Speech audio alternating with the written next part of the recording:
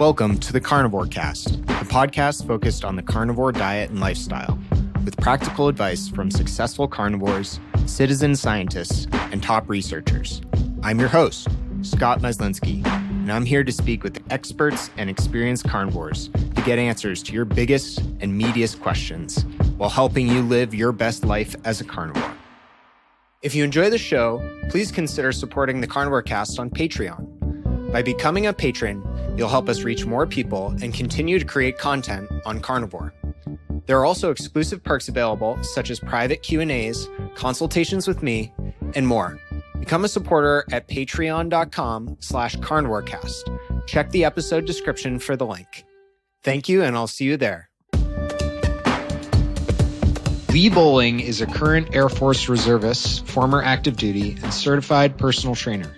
He has overcome a history of intense dieting, veganism, extreme IBS, and borderline Crohn's, and many other health issues with a carnivore diet. He's lost over 35 pounds and gained his life back. Lee is currently becoming a MeatRX carnivore coach as well. Welcome to the show, Lee. Excited to have you on. Oh, thanks. I guess I'll follow suit with everyone else, and thank you for the great introduction and make me sound a lot cooler than I am. So I'm glad to be on the show.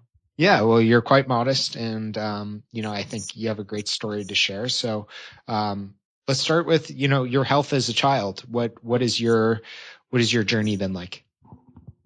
So health as a child, growing up, we never really had like a lot of money or anything, so kind of you eat what you get. But I was an extremely picky eater as a kid, and so my parents would just kind of just let me eat whatever I wanted as long as it was affordable, I guess you could say. So a lot of the most affordable things were snacks and chips and everything, and so I wasn't really big into sports either. And the funny thing is, though, is like my dad has always been ripped.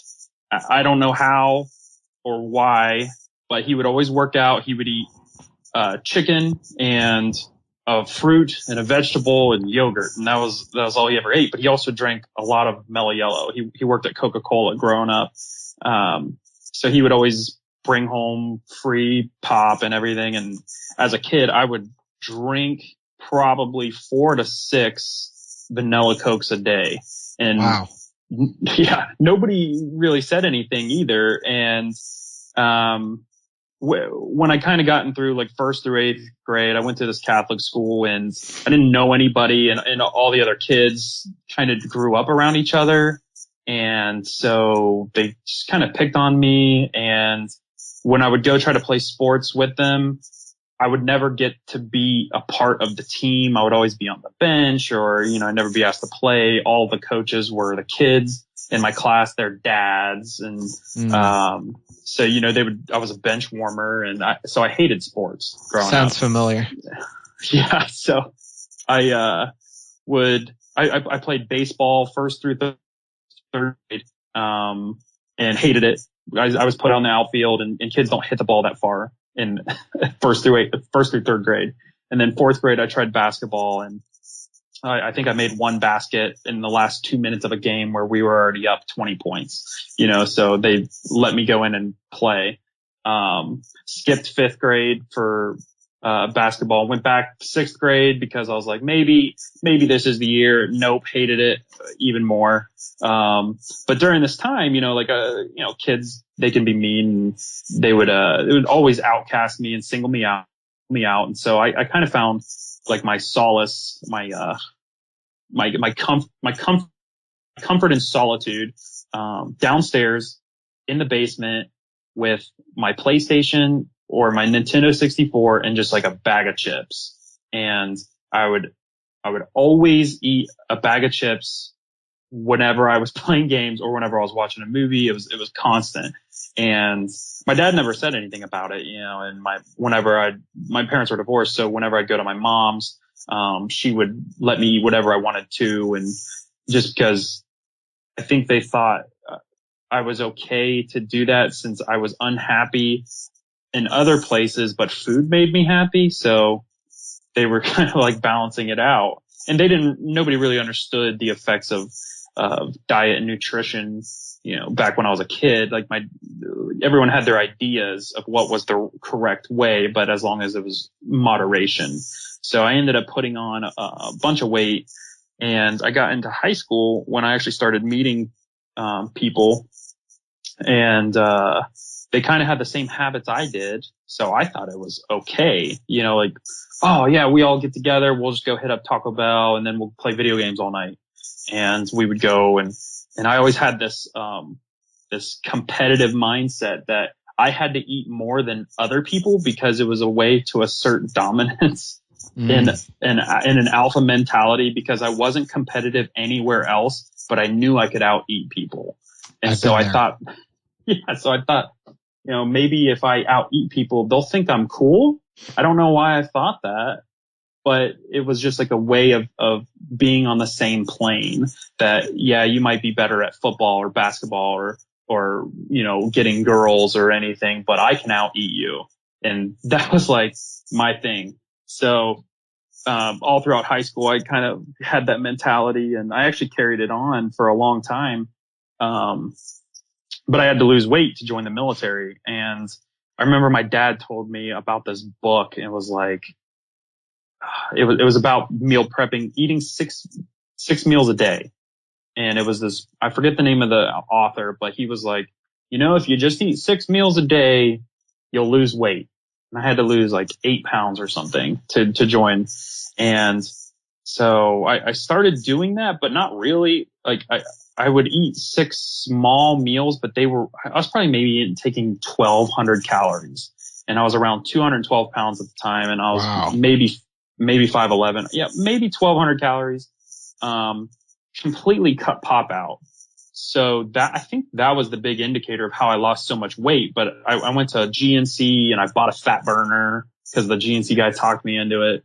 And I was 18 at the time. So just at that cutoff point of where they're like, you have to be 18 to take this product, so I was allowed to buy it. And, so I took that, and then I would just eat 1,200 calories, and I didn't drink pop, and I dropped down to 176 pounds. And then I was able to join, and my recruiter was blown away. He was like, I've never seen anybody lose so much weight so fast. I was like, well, I'm determined to get in. Problem was, it was an unhealthy way to do it. I lost it so fast. And but I had no athletic experience joining the military, and the Air Force is kind of known for letting people in who aren't physically ready. And I went to basic training, and I failed a lot. I could not do push-ups. I was doing maybe 10 push-ups, and you have to graduate doing like 48. I was doing maybe 17 sit-ups, and they were a hard 17 sit-ups. Wow. But the one thing I could always look forward to was eating. And that's how I got through my days in basic training, was looking forward to my next meal. But eventually, I graduated and got through, and they shipped me off to Alaska, and that's where I kind of was put on like a night shift, and I didn't have friends again, and I went back to my old habits, and kind of fell into a depression where I would go to work. I worked at a hospital, and I worked on the multi-service unit, which is, for those who don't know, is like where people they stay overnight, or for multiple nights, or at a veteran hospital, they can stay for months because we have old veterans. And essentially you take care of dementia patients, and they'll take care of newborns too, like after day 3. And so there was a lot of times when you would have to deal with people passing away and having to be there, and then very high stressful days where you'd have 28 patients on the floor and there's only 2 people working, and you just get stressed out. And so I'd go home and I would just eat like 1 million pizza rolls, and I would just play video games with my friends from back home. And in the military at the time, they were only testing you once a year. So as long as you passed your fitness test once a year, you were good to go. They didn't, and if you worked in the hospital, they didn't have like mandatory, fitness. So I remember I ended up ballooning up to like 240 pounds, and this was 2008. And I was like, oh man, I don't want to go home overweight. And I knew I was getting out soon. And so I went on to bodybuilding.com and, I saw, eat chicken and rice and broccoli and do sprints and you'll be fine. So, that's what I did. And I dropped down to, 184 pounds, but it was fast again, because I was probably only eating 1,200 calories again, because I knew it worked the first time. But I do remember at one point I hated my weight so much, I wasn't fitting in my uniforms. I was sneaking in early to the hospital because you have to go in uniform. I would go in the Air Force PT uniforms and act like I just came from the gym. And then I would just change into scrubs, and then I would change back into those fitness clothes, but I would bring my uniform so they knew I had it. But it was so tight on me. And I had a breaking point at one time as well, where I actually had thought of purging, and I went in the bathroom and I attempted it, and I was like, no, there's got to be a better way. So, but you always hear those stories of, people purged and lost weight, and then, that's how it starts. They degrade their teeth, and then you get all these mental issues and all the things that go with it. And so when I was thinking about it, I was in the moment, and I was like, no, there's gotta be a better way. And, so that's when, I started doing the bro dieting, but I was doing it. I didn't understand it. I just was doing things that kind of made sense. And, then I dropped all that weight and I went back home. So that's kind of like my childhood when it came to eating, I guess, childhood to 22, because I still considered myself like a kid, because I was still learning everything. Yeah. So. And where were you? You talked about some of the places you were getting information, and some of the measures you took to improve your health. And it sounds like some of it worked. But like, how were you seeking out information at this time? Did you ask doctors for help at all, or were you just, how were you looking for answers? So this would have been 2008. So it's still early internet days. And I remember just Googling how to lose weight. And, first I came across this actually interesting book, which was, do you know who Brad Pilon is? Yeah. The Eat, Stop, Eat guy. Yeah. So I was like, Eat, Stop, Eat. So, I read that, and it was talking about 24-hour fasting every other day. And I was like, this kind of makes sense. And then I saved those books and I read them, and I started doing that, and that kind of helped, but I didn't understand refeeding and everything. So that's when bodybuilding.com came along, and I started, I just kind of just found bodybuilding.com because I watched, Pump and Iron with a buddy, and he kind of got me hyped to work out. And then, he's talking about supplements and everything. So that's when I was looking up supplements, and I found bodybuilding.com, and I found the forums, and there was a forum page that was losing weight. So I went there, and people would post their stories of what they were doing, and then other people would answer. So I posted mine, and I posted all my before pictures, and, which was a very hard thing for me at the time, which, I mean, it is for everybody who's going through weight loss. And people would be like, oh, okay, so you need to eat X amount of calories, X amount of protein, X amount of fats, X amount of carbohydrates. And I thought that was too complicated. So I just went back to my old ways of eating 1,200 calories, but I wasn't counting them.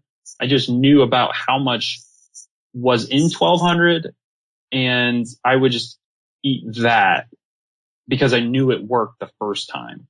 Yeah. So, but also cutting out Monster energy drinks and all the Mountain Dews I was drinking and everything. So all that obviously plays a huge factor too, just my lowered sugar intake. So that's kind of how I went about finding the information, and which led me to coming home. And then I started dating someone, and she ended up cheating on me and everything. So one thing I always read was, or heard was, breakups make bodybuilders. I don't know if you ever heard that. Yeah. But yeah, so I started working out with a buddy, and he was going to school to be a certified personal trainer. And we were using P90X in his basement at his parents' house. And we started doing that, and we outgrew it pretty quick. So we had to join Anytime Fitness. We started going there, and we would spend 3 to 4 hours there and just work out nonstop. And then we would go to Dairy Queen and just eat blizzards afterwards. It was like this bro mentality, and we started getting huge into the bro diets, but the whole if it fits your macros mentality, and which led to a destructive path as well. And Lee, along the way, where did becoming a personal trainer come into this? So being a personal trainer for me was kind of like, I didn't really ever feel like I was good at anything except for losing weight. And I remember when I lost that weight, the first time I felt so confident, and girls actually started giving me attention. And that was one thing I was lacking, was I was like, one, I wasn't good enough. I didn't have the confidence to talk to girls. But two, none of them were paying me any attention because I was just like this overweight kid, and I was like the funny fat kid. The second time I was in Alaska, and, I was up there alone, and I didn't know how to meet people. My confidence was low, cause I was gaining all this weight, and I didn't know how to stop it from gaining other than just, not eating. And, so when I finally lost that weight, and I actually started going to the gym and lifting weights all the time, I was like, I think I could do this for a living. And just cause I started meeting with the personal trainers there, and they were all super friendly people. And I saw what they were doing to people's lives, and they were making them better with the information that was available.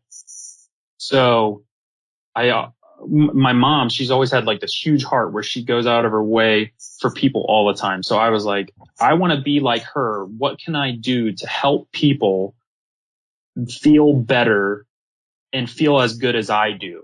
And this was, my confidence was rising at this time. So I reached out to Anytime Fitness.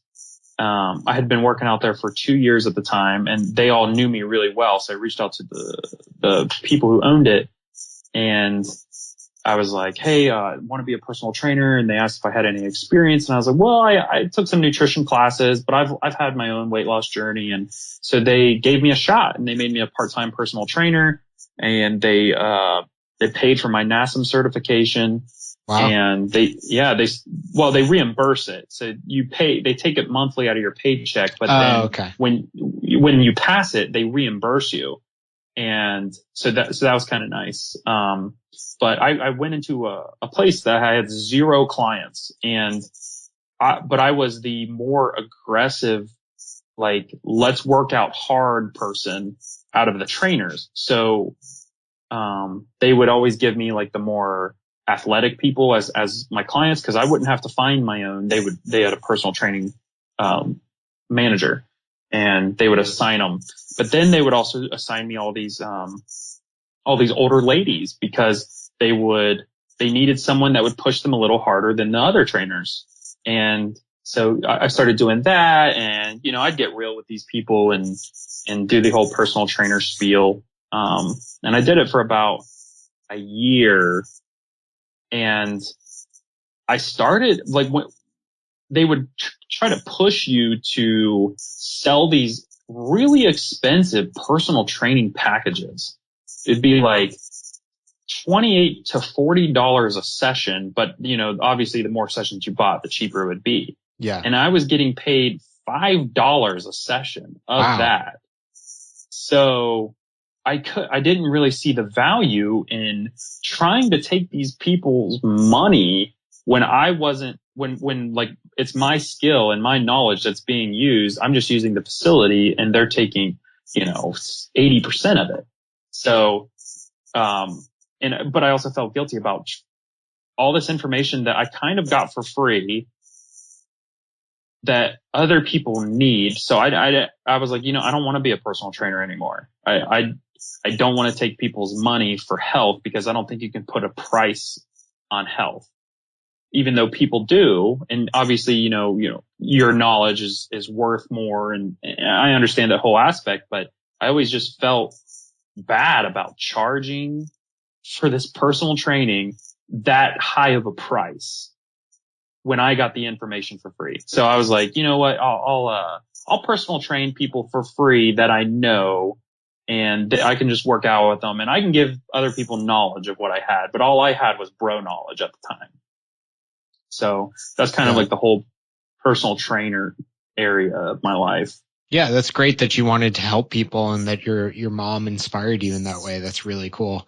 And Lee, what was your health like at this time, doing the If It Fits Your Macros outside of, just the weight, and things like that? Like how was the diet working for your health overall and that lifestyle? I think at such a young age, this was probably around 23 to 27. I didn't really understand what was happening inside my body. I just knew I needed calories to work out.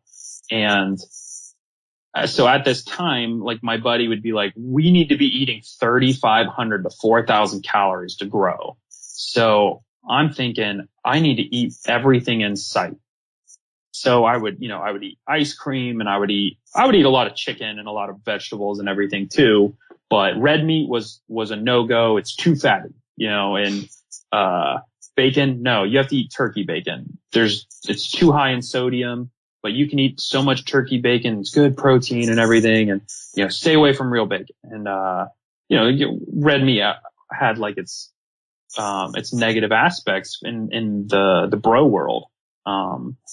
And so I'd say my health, I felt pretty good going to the gym, and I didn't really notice any digestive issues, but I always had these back pain issues, ever since I worked in patient care. And that kind of comes with the job because you're lifting all the time, and you're lifting people that can be 400 to 500 pounds. And, so my lower back kind of degraded over the time, but so doing squats or deadlifts was a killer. Like I could not figure out how to do them properly without being in agonizing pain for the next couple of days. So I never, up until like a couple years ago, I didn't really learn how to do squats and deadlifts properly.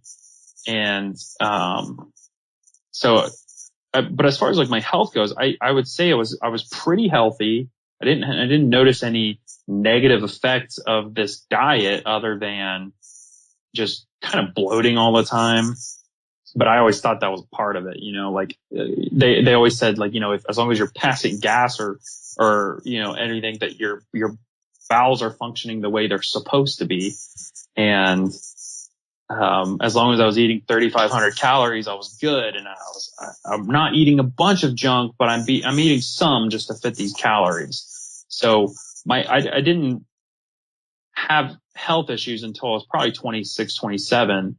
And that's when I went to the VA doctor and I told him about my history of, my parents' history of, Crohn's and cancer and all this stuff. And so he was like, well, I'm going to schedule you a colonoscopy.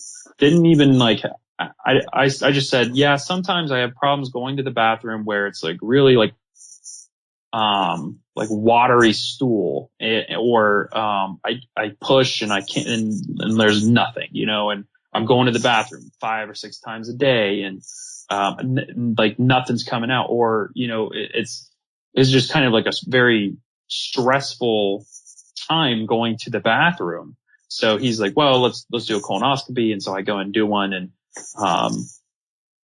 they send me a report, and they're like, well, there's inflammation in your terminal ileum. And at the time I had no idea what that meant. And then I asked my dad, and he's like, well, that's where my Crohn's started, was my terminal ileum. And so I was freaking out. And then my grandpa got it a year later, Crohn's. And so I was like, well, I'm doomed unless I do something about it. So I just tried it. I started dating this one girl who was a vegan, and she was like, oh, there's bodybuilding vegans and everything. And I mean, I was like kind of drawn into it, but I think it was mostly because she was very attractive. So I wanted to impress her. And so that was like my in was, oh, tell me about the vegan diet, because she posted her before and after, and she was actually she lost a lot of weight, and she was super lean, and she looked and felt like she would talk about how great she felt. So I was like, okay, well, tell me more about it. And then so she took me on like a grocery trip and stuff. And we ended up dating for only like a month, because that's a whole nother story. But during that time, I ate nothing but vegan, and she would cook me these vegan meals, and they tasted not bad, like pretty good for what I expected. And I actually started falling into the vegan mindset. But the thing is I never fell into it from the animal cruelty side. It was more of like possibly we could eat a vegan diet because it's healthier, because it's fruits and vegetables and beans and stuff. Oh, so interesting. I kind of fell into it from that aspect, but she would send me these animal cruelty videos and stuff, and I'd be like, oh, that sucks, but I didn't, that's not why I was doing it. And so I wanted to believe that I could lose this weight that I wanted and finally get abs if I'm on the vegan diet, because that's always been like my thing, is that's how you know how lean you got, when you finally have those abs.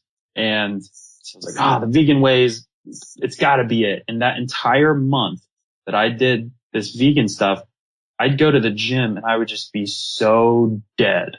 I wouldn't even want to work out. I'd be so worn out and so tired. And so I would do like some quick workouts just to say I did. And then, as we stopped talking a little, like we would talk a little and like hang out. After I'd hang out with her, I'd go to Burger King and I would just smash food because I was like, things already feel like they're ending here. I don't really need to be a vegan anymore. I'm going to go back to my old ways of just eating everything in sight and just working out really hard. And that's what I started doing again. And things went off the rails with her. And she ended up moving out to California, I guess, to be with her people. But yeah. So what happened next with your health and the Crohn's? So, I started noticing a lot more, IBS issues, and I just never felt like I could go to the bathroom. It would be days before I could, but I'd go constantly, but to no avail. Like there was no relief. And so I'd tell my doctor, and he'd be like, oh man, you're not eating enough fiber. Oh, okay. That makes sense. So I would go buy psyllium husk, and I'd buy these probiotics and digestive enzymes and fiber tablets and everything, and I would take it all.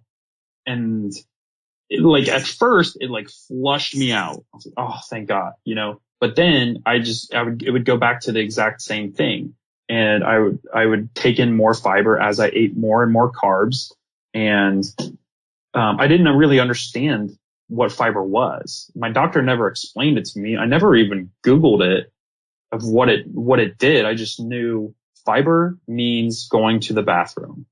So that's what I related it to. And then the doctor would be like, oh, well, it appears you're not having any help. Maybe you're taking too much fiber. Oh, that makes sense. So he would be like, you need about 25 to 38 grams of fiber. That's so I'd be like, all right, let's take 24. Let's take 21. Let's take 18. And then I got to the point where I was taking less and less and less. And I started going to the bathroom more by taking less, but then there would be days I'd have these extremely bad like stomach aches. And one of the issues too with this is when you have these issues is it can actually affect like your sex life, because I would focus so much on the fact that my stomach was hurting that I couldn't get aroused or anything, or like same with like my back pain, that was like a big thing. And so that was like a big mental toll on me too. And I was like, I gotta find something to help me get rid of this problem. And I was just on Instagram one day, and some girl posted like a 2-week progress photo. It was a girl at my gym, and she was like, yeah, I'm on the carnivore diet. 2 weeks in, I'm down like 8 pounds. And I was like, what the heck is this? And she told me, go check out the classic Sean Baker, Joe Rogan podcast. And I did it. And I said, I can eat just meat and I'll be okay. I'm doing this. Yeah. So, cause I hate vegetables. I hate them. I've always hated them my entire life. And I knew there was a reason why. It's because we're not supposed to eat them, And how long ago was this, Lee? So this was August 2018 that I finally discovered it. I was actually sent down to Texas by the Air Force Reserves to change my job. And so before I was going to Texas, I was actually paying for a meal prep service from a friend. And so it was like a lot of like chicken or rice and like cauliflower rice and all that stuff. And I actually liked that. It was pretty good, but I still wasn't leaning out. And I was probably around 240. And I was down in Texas since April. And I was going to be there until September. And so August 2018 hits, and that's when I found that podcast. And I was talking to my military buddies that were going to school with me. And I was like, yeah, I think I'm going to try this out. And they're like, oh, you're crazy. Yeah, you got to have vegetables. You got to have it's your starches, and I called my dad and I told him, and he's like, you're going to get scurvy, So I was like, oh, you know what? These other people didn't get it, and I'll try anything at this point to feel better. So, because it's hard to be in the military and have to go to the bathroom all the time. Yeah, so, sure. Yeah, you can't just stop, and so I started, and I'd also been intermittent fasting for about 2 years at this point, because that was one of my big things too, is I started intermittent fasting thanks to Kino Body and everything. So that was kind of a big help too. But I started eating just like burgers and stuff, and I would go to all the barbecue joints down there, and I'd lose weight like pretty easily. And I noticed all of my IBS and all of my digestive issues were gone. I was like, what is happening? This can't be real. It was like within a couple weeks, and I was still eating cheese and everything at the time. And I started telling people about it, and they're like, you're going to die. You're going to get a heart attack. And your cholesterol is going to skyrocket. Right, and I was like, right. you know what? I was like, I feel pretty great. If I died right now, I'd die happy, like I get to eat like my last meal every day, so I kept doing this for a long time, but I wasn't good at it, because I wouldn't meal prep or anything. I would just eat out, but I would eat like burgers and everything, and I would just eat barbecue places, but I didn't meal prep for the longest time. I came back home to finish some schooling and with the Air Force, and I would go to like the gas station, and I would buy these like smoked sausages and stuff, and I would buy like 10 of them. Cause I was constantly on the go. So, but that was like the one thing, is they have like this, the BX on base, like the base exchange, and they always have like smoked sausages, like you can just grab them and go, and you don't even realize how many carbs are actually in there. And, but I'll just eat like 10 of those. And I started having, some issues with that. And so that's when I started meal prepping and doing my own thing, exiting the training process. And I went from like 240, and I sit around anywhere between 205 to 210, depending on the time of day I weigh myself. But the biggest thing was, there was a point when I was meal prepping by myself, and I was counting calories and counting macros and everything. And that would take up so much of my time. And then when I switched to this, I'd just be like, I'm just going to eat a pound of ground beef right now. And that was it. Or I'd eat a pound of ground beef and 4 eggs or 6 eggs, and I'd throw some cheese in there. And that's kind of just what I've been doing for the last year and a half, maybe a little over now. It's been, phenomenal. And I tell people about it all the time. And, you always get the same exact response unless there's someone who's at their breaking point. And those people are the ones who are like, well, I would try it just for 30 days. And I'm like, if you do anything for 30 days, it's not going to kill you. You can be a vegan for 30 days. It won't kill you. You can do, you can do like a whole intermittent fasting for 30 days. It won't kill you. But so a lot of the people who I actually talk to about it and get them to do it, they see such results that it's, they're like, all right, well, I'm just going to keep doing this. All right. Yeah. Like I tried to tell you, Yeah, that's amazing. And talk a little bit about, like your Crohn's or your IBS in general. How has that been? And, have you had interactions with doctors about that? What have they said? Have you told them what you're doing? Anything like that? So I used to go to the doctor pretty regularly for that issue. And I probably haven't seen a doctor in 2 years, for the issue because, I'd say it was probably a year ago that I had to get a physical for the military. You have to, but I wasn't going to the doctor for an issue. I just kind of told them what I was doing, and they said, okay, well, I mean, if it's working for you, I keep hearing 0 carb or low carb has helped people with their digestive issues. So if it's working, do it. Just be careful of your blood panel and your liver. Just try to, be careful of saturated fats and all that stuff. And I was like, well, okay, well, I've already done too much research at this point to listen to you, but yeah. So, but like my IBS, like the only time it comes back is when I do cheat meals. And if I do a cheat meal, I go all out. So like it won't even be a meal. It'll be a day.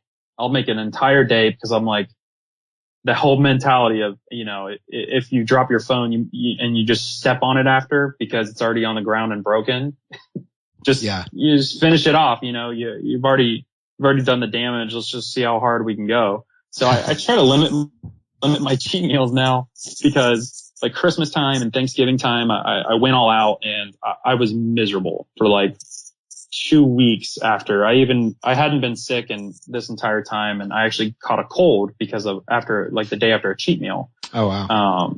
So that was like a kind of a telltale there. And so I don't have. I remember I was talking to my doctor about the Crohn stuff, and he's like, I mean, if you're not having any digestive issues, I'm sure we don't even have to worry about it. But, in a couple of years, let's do a colonoscopy just to check. And so, in a couple of years, I probably will. But the fact that my stomach and everything feels as good as it does all the time. And I'm not in the bathroom all day trying to, relieve myself. That's been such like a huge weight lifted off my shoulders because, also at the same time, it's hard to date people when you have that issue too, because you don't want to step away. Hold on, I'll be right back. I gotta go to the bathroom. Oh, hold on. out on dates or, or even if you're being intimate with someone, like, so I didn't date someone almost the entire time that I was starting carnivore because I knew about like the diarrhea issue and I knew about, like all like the keto flu and all that stuff you can get. And so I just kind of didn't date anybody. Plus it was hard whenever I did try to talk to people, I'd be like, hey, I'm a carnivore. And they'd be like, either one, oh, I don't eat meat. Or two, oh, that sounds so bad for you. Like you're going to die. Or three, I don't know how we're ever going to go out to dinner. Like those kinds, those were always like the thing. So it was hard to be a carnivore and not have people to relate with, until I met my girlfriend who she's not a carnivore, but she supports it like 1,000%. She'll just make me a steak or she'll just make me, bacon or whatever. And I'll eat veggies sometimes with her when she makes them, but, she's been 100% supportive and she doesn't say anything like, oh, you're cholesterol or, so she's just That's like, really cool. she's like, you sound like you know what you're doing and you've done enough research, but she's like, for me, myself, I don't have any issues. So I don't feel like I need to go carnivore, which is true. She doesn't have any health issues. And so she'll eat her vegetables or her fruits and her protein, but if I make steak and stuff, she'll eat it. She doesn't like, she's not picky. She'll eat anything and everything. So she's kind of been like one of the things that's made this so easy is because I don't have to give up my lifestyle just to accommodate a social setting. So yeah, that's great. That's really important to have people around you that are supportive like that. And have you found that coffee affects you adversely, Lee? So I was never a coffee drinker until probably 2 weeks ago. I started drinking these nitro cold brews because of all the keto so carnivore people who are like, nitro cold brews, like we're in the cold brew gang. And I was like, I hate coffee. I hated the taste of it. The times I did drink it, I used to have to put sugar and creamer and stuff in it. I was like, if I'm going to drink something, I'm going to drink if I need caffeine, I would drink like the 0 calorie monsters or anything, for a pick me up, or I would take caffeine pills. But I started drinking those cold brews and I'm addicted to them now. So they don't affect me in any way except maybe make me go to the bathroom. But as you know, on the carnivore diet, you don't produce a lot of waste. So it's not really a long trip. Sure. So, unless of course you're like looking at memes or something on your phone. I don't know. Yeah. Well, that's one thing to watch out for. I know coffee can affect people with Crohn's and IBS a lot. So, just keep an eye on it. If you start to get symptoms, it may be that. Right. And I did read that. My dad's not a coffee drinker, but he drank Mellow Yellow every single day of his life until he got Crohn's. And then he stopped drinking it, but now he drinks it again now that his Crohn's is in remission. So, it's different for everyone. My grandpa, not a coffee drinker. He was a beer drinker, so my mom's the only coffee drinker that in our family. My little sister started doing it recently because she's gotten into nursing. So she needs to pick me up, but my girlfriend loves coffee. And so I was like, oh, I'll try something at Starbucks.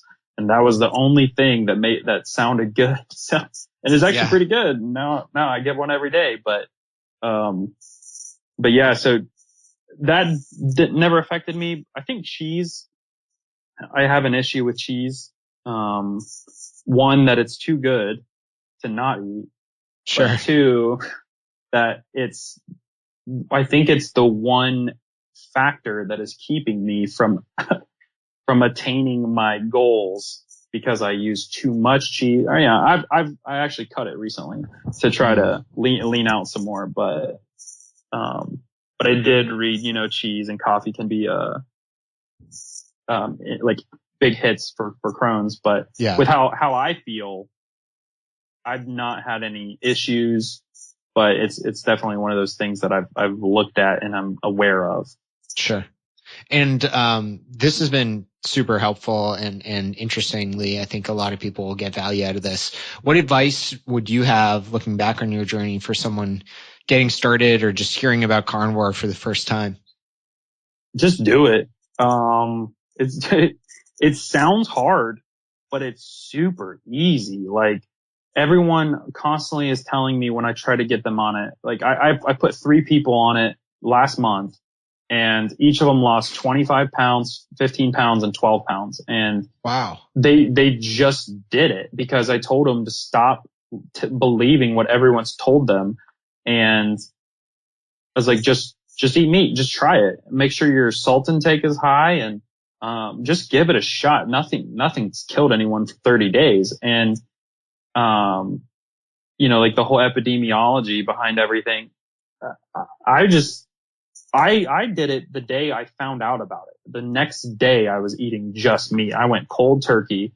I didn't feel like, I'm going to miss bread. I'm going to miss pasta. I'm going to miss, all this. I'm going to miss vegetables or anything, and that's one of the things is people are so scared of giving up vegetables, but you don't have to. You can do keto and still feel pretty great, but definitely stay away from fruits unless they're like some berries here and there. But the best advice, one, do enough research, and ask tons of questions to the people who've succeeded and are still succeeding, because some people fail on this, and it's because they give up. One, because they get tired of eating just meat, which I don't know how that's possible. But some of the people I've put on it have gone back to the old ways because they just, one, social settings, they would get, peer pressured into eating other things. And so that kind of led back to the whole carb addiction. Yeah, I can understand that. And they want to impress their friends, or they don't want to be outcast, asking how things are cooked in the back, making sure they're not cooked in olive oil or vegetable oil and crap. But sure. I don't care to do that. Like, I will do that. I'll tell them to not even bring these sides out because I don't need them. Charge me less, but they won't. So the best advice is just give it a shot. It's going to change your life. Don't tell anyone you're doing it if you think they're not going to be supportive, because they're only going to make you think about all the things you've been told before. Like, you have to have vegetables. My dad still tells me all the time, wow, yeah, you have all this success, but you're going to get scurvy. And I've tried to explain him the whole vitamin C thing, but he's stuck in his ways. But he also only eats vegetables, fruits, and meat. So he doesn't eat bread and sugar and cheese and all that stuff. So he's doing pretty good. But I'll entertain people when they tell me I'm going to die. But for the most part, people see I'm a pretty fit and healthy guy. And the people telling me I'm going to die are people who are not fit or healthy. And I'm eating like 2 pounds of bacon in front of them, and they're eating like 9 snack cakes, but I'm the one who's unhealthy. So, so make sure you have a strong support system. And if you don't, you got to be your own support system. But the carnivore community is such an amazing group of people. It's not like the vegan side where, if you are not doing it the correct way, you're wrong. And if you try to leave us, we'll hate you forever and we'll try to make your life a living hell. The carnivore side is super open. And if you don't want to eat meat, hey, you don't have to.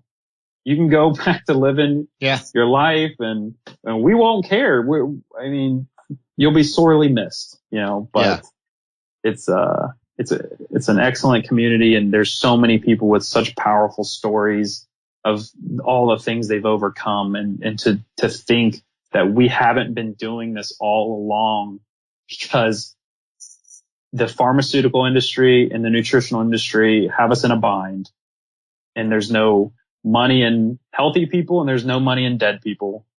So that's Well said. That's my mentality. So. Lee, this has been fantastic. Thank you so much for your time today. Where can people find you, find out more about you? And I'll provide links in the show notes at carnivorecast.com as well. My Instagram handle is grizz.lee.b, which is kind of a play on words of grizzly. That's kind of like a whole bear mentality. That's like a different story. But as far as, I'm on Facebook too. I'm in the World Carnivore Tribe. I'm in the Carnivore Diet for Beginners. You can look me up on Facebook just by my name, Lee Bowling. I don't post a lot, but I post some, but I'm always willing to talk to people if they ever have questions. So that's, so grizz.lee.b, and I'm pretty active on there. So, Awesome. Well, thanks again for your time today, Lee, and hope you have a great rest of your day. All right. Appreciate it. Thanks so much. Bye. All right. Bye. If you enjoy the show, please consider supporting the Carnivore Cast on Patreon. By becoming a patron, you'll help us reach more people and continue to create content on carnivore. There are also exclusive perks available, such as private Q&As, consultations with me, and more. Become a supporter at patreon.com/carnivorecast. Check the episode description for the link. Thank you, and I'll see you there. Thank you for listening to this episode of the Carnivore Cast. If you enjoyed this episode, please review on iTunes. It really helps us out. And share it with a friend. What questions would you like answered? Or who would you like to hear from in the carnivore research community? You can find me on Twitter, Instagram, and Facebook at CarnivoreCast, or go to carnivorecast.com. You can also email me at info@carnivorecast.com. I'd love to hear from you. Until next time, keep it carnivore.